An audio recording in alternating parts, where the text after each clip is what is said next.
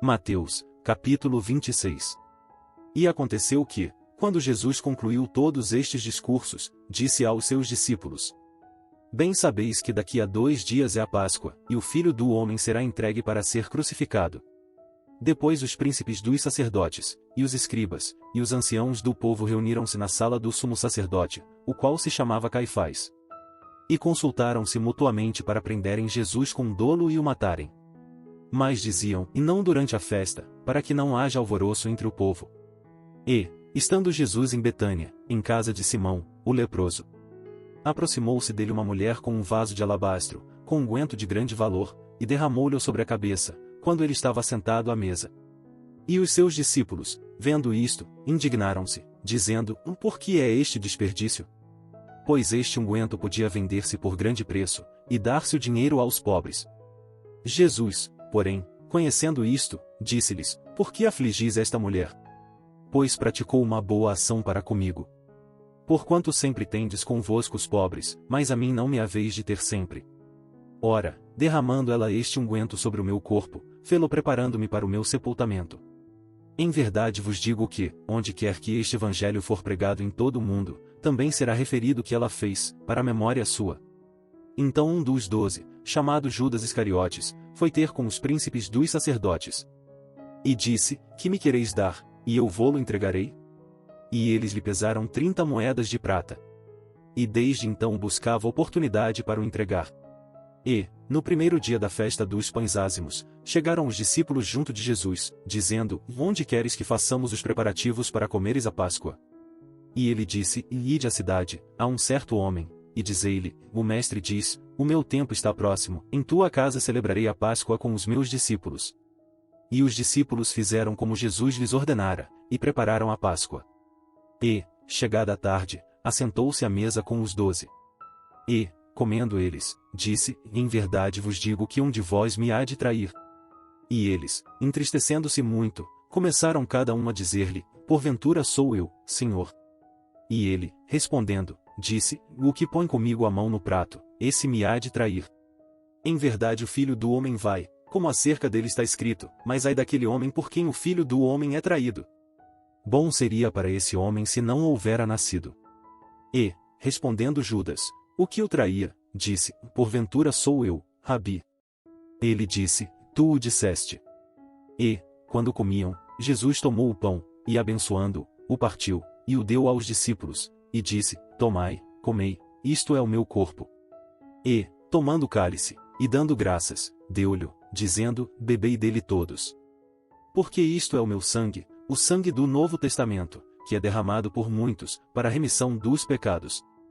E digo-vos que, desde agora, não beberei deste fruto da vide, até aquele dia em que o beba novo convosco no reino de meu Pai. E, tendo cantado o hino, saíram para o Monte das Oliveiras. Então Jesus lhes disse: Todos vós esta noite vos escandalizareis em mim, porque está escrito: E ferirei o pastor, e as ovelhas do rebanho se dispersarão. Mas, depois de eu ressuscitar, irei adiante de vós para a Galileia. Mas Pedro, respondendo, disse-lhe: E ainda que todos se escandalizem em ti, eu nunca me escandalizarei. Disse-lhe Jesus: Em verdade te digo que, nesta mesma noite, antes que o galo cante, 3 vezes me negarás. Disse-lhe Pedro: E ainda que me seja mister morrer contigo, não te negarei. E todos os discípulos disseram o mesmo. Então chegou Jesus com eles a um lugar chamado Getsêmani, e disse a seus discípulos: Assentai-vos aqui, enquanto vou além orar. E, levando consigo Pedro e os 2 filhos de Zebedeu, começou a entristecer-se e a angustiar-se muito. Então lhes disse: E a minha alma está cheia de tristeza até a morte, ficai aqui, e velai comigo. E, indo um pouco mais para diante, prostrou-se sobre o seu rosto, orando e dizendo: E meu Pai, se é possível, passe de mim este cálice, todavia, não seja como eu quero, mas como tu queres. E, voltando para os seus discípulos, achou-os adormecidos, e disse a Pedro: Então nem uma hora pudeste velar comigo? Vigiai e orai, para que não entreis em tentação. Na verdade, o espírito está pronto, mas a carne é fraca. E, indo segunda vez, orou, dizendo: Pai meu, se este cálice não pode passar de mim sem eu beber, faça-se a tua vontade. E, voltando, achou-os outra vez adormecidos, porque os seus olhos estavam pesados. E, deixando-os de novo, foi orar pela terceira vez, dizendo as mesmas palavras. Então chegou junto dos seus discípulos, e disse-lhes: Dormi agora, e repousai, eis que é chegada a hora, e o Filho do Homem será entregue nas mãos dos pecadores. Levantai-vos, partamos, eis que é chegado o que me trai. E, estando ele ainda a falar, eis que chegou Judas, um dos 12, e com ele grande multidão com espadas e varapaus, enviada pelos príncipes dos sacerdotes e pelos anciãos do povo. E o que o traía tinha-lhes dado um sinal, dizendo: O que eu beijar é esse, prendei-o. E logo, aproximando-se de Jesus, disse: Eu te saúdo, Rabi, e beijou-o.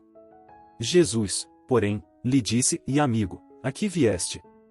Então, aproximando-se eles, lançaram mão de Jesus, e o prenderam. E eis que um dos que estavam com Jesus, estendendo a mão, puxou da espada e, ferindo o servo do sumo sacerdote, cortou-lhe uma orelha. Então Jesus disse-lhe: Embainha a tua espada, porque todos os que lançarem mão da espada, a espada morrerão. Ou pensas tu que eu não poderia agora orar a meu Pai, e que ele não me daria mais de 12 legiões de anjos? Como, pois, se cumpririam as Escrituras, que dizem que assim convém que aconteça? Então disse Jesus à multidão: Saístes, como para um salteador, com espadas e varapaus para me prender. Todos os dias me assentava junto de vós, ensinando no templo, e não me prendestes. Mas tudo isto aconteceu para que se cumpram as Escrituras dos profetas. Então, todos os discípulos, deixando-o, fugiram. E os que prenderam a Jesus o conduziram à casa do sumo sacerdote Caifás, onde os escribas e os anciãos estavam reunidos. E Pedro seguiu de longe, até ao pátio do sumo sacerdote, entrando, assentou-se entre os criados, para ver o fim. Ora, os príncipes dos sacerdotes, e os anciãos, e todo o conselho, buscavam falso testemunho contra Jesus, para poderem dar-lhe a morte. E não o achavam, apesar de se apresentarem muitas testemunhas falsas, não o achavam. Mas, por fim chegaram 2 testemunhas falsas. E disseram: Este disse: Eu posso derrubar o templo de Deus, e reedificá-lo em 3 dias. E, levantando-se o sumo sacerdote, disse-lhe: Não respondes coisa alguma ao que estes depõem contra ti. Jesus, porém, guardava silêncio. E, insistindo o sumo sacerdote, disse-lhe: Conjuro-te pelo Deus vivo que nos digas se tu és o Cristo, o Filho de Deus. Disse-lhe Jesus: Tu o disseste, digo-vos, porém, que vereis em breve o Filho do Homem assentado à direita do poder, e vindo sobre as nuvens do céu. Então o sumo sacerdote rasgou as suas vestes, dizendo: Blasfemou, para que precisamos ainda de testemunhas? Eis que bem ouvistes agora a sua blasfêmia. Que vos parece? E eles, respondendo, disseram: É réu de morte. Então cuspiram-lhe no rosto e lhe davam punhadas, e outros o esbofeteavam, dizendo: Profetiza-nos, Cristo, quem é o que te bateu? Ora, Pedro estava sentado fora, no pátio, e, aproximando-se dele uma criada, disse: Tu também estavas com Jesus, o Galileu. Mas ele negou diante de todos, dizendo: Não sei o que dizes. E, saindo para o vestíbulo, outra criada o viu, e disse aos que ali estavam: Este também estava com Jesus, o Nazareno. E ele negou outra vez com juramento: Não conheço tal homem. E, daí a pouco, aproximando-se os que ali estavam, disseram a Pedro: Verdadeiramente também tu és deles, pois a tua fala te denuncia. Então começou ele a praguejar e a jurar, dizendo: Não conheço esse homem. E imediatamente o galo cantou. E lembrou-se Pedro das palavras de Jesus, que lhe dissera: E antes que o galo cante, 3 vezes me negarás. E, saindo dali, chorou amargamente.